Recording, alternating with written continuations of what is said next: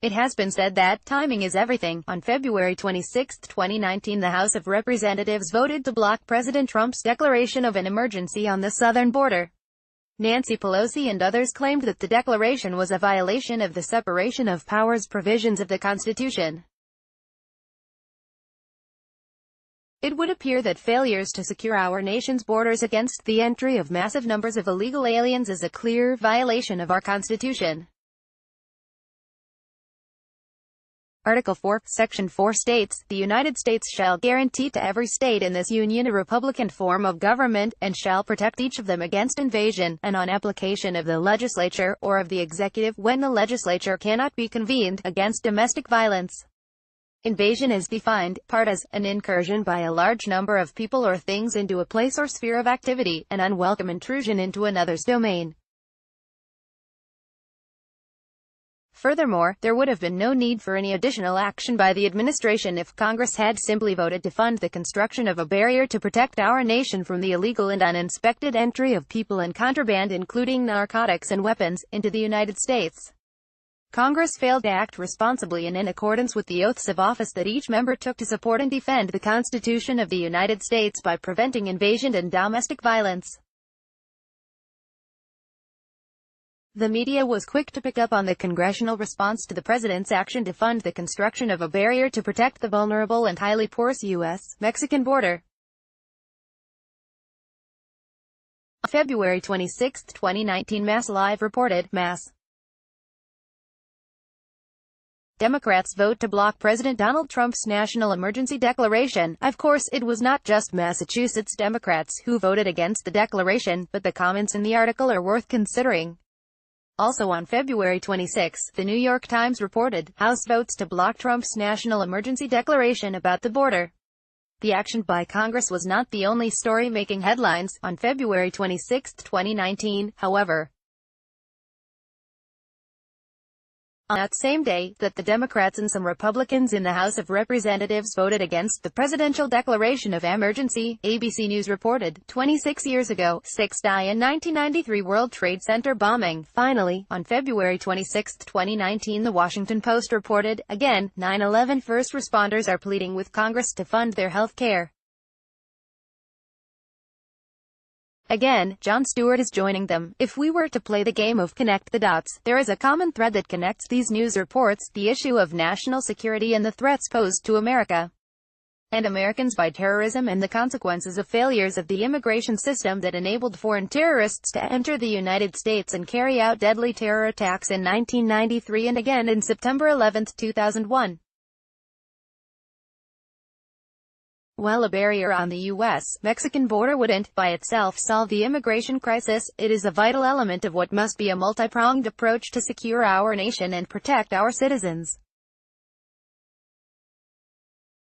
After the attacks of 9/11, politicians from both parties demanded to know, why weren't the dots connected? Since the attacks of September 11, 2001, the dots have been repeatedly connected, all too often in the wake of additional deadly terror attacks conducted by alien terrorists who easily gained entry into the United States by a variety of means.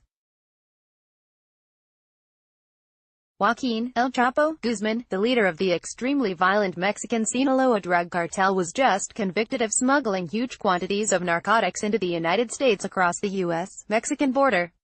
His organization is responsible for numerous murders and crimes of violence and corruption.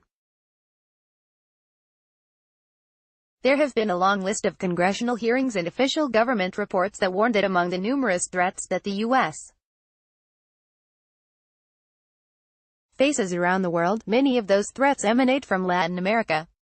On January 29, 2019, the Senate Intelligence Committee conducted a hearing on worldwide threats that was predicated on a just-released paper, Worldwide Threat Assessment, that was issued by Daniel Coates, the director of the Office of National Intelligence, which oversees the U.S. intelligence community. Here's an excerpt from that report. Transnational organized crime. Global transnational criminal organizations and networks will threaten U.S. interests and allies by trafficking drugs, exerting malign influence in weak states, threatening critical infrastructure, orchestrating human trafficking, and undermining legitimate economic activity. Drug trafficking. The foreign drug threat will pose continued risks to U.S. public health and safety, and will present a range of threats to U.S. national security interests in the coming year. Violent Mexican traffickers, such as members of the Sinaloa Cartel and New Generation Jalisco Cartel, remain key to the movement of illicit drugs to the United States, including heroin, methamphetamine, fentanyl, and cannabis from Mexico, as well as cocaine from Colombia. Chinese synthetic drug suppliers dominate U.S.-bound movements of so-called designer drugs, including synthetic marijuana, and probably ship the majority of U.S. fentanyl, when adjusted for purity. Approximately 70,000 Americans died from drug overdoses in 2017, a record high and a 10% increase from 2016, although the rate of growth probably slowed in early 2018, based on Centers for Disease Control (CDC) data. Increased drug fatalities are largely a consequence of surging production of the synthetic opioid fentanyl. In 2017, more than 28,000 Americans died from synthetic opioids other than methadone, including illicitly manufactured fentanyl. The CDC reports synthetic opioid-related deaths rose 846% between 2010 and 2017, while DHS reports that U.S. seizures of the drug increased 313% from 2016 to 2017.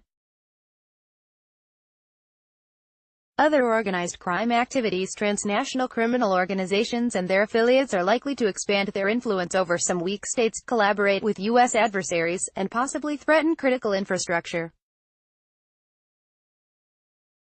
Mexican criminals use bribery, intimidation, and violence to protect their drug trafficking, kidnapping for ransom, fuel theft, gun running, extortion, and alien smuggling enterprises. Gangs based in Central America, such as MS-13, continue to direct some criminal activities beyond the region, including in the United States. Transnational organized crime almost certainly will continue to inflict human suffering, deplete natural resources, degrade fragile ecosystems, drive migration, and drain income from the productive and taxable economy.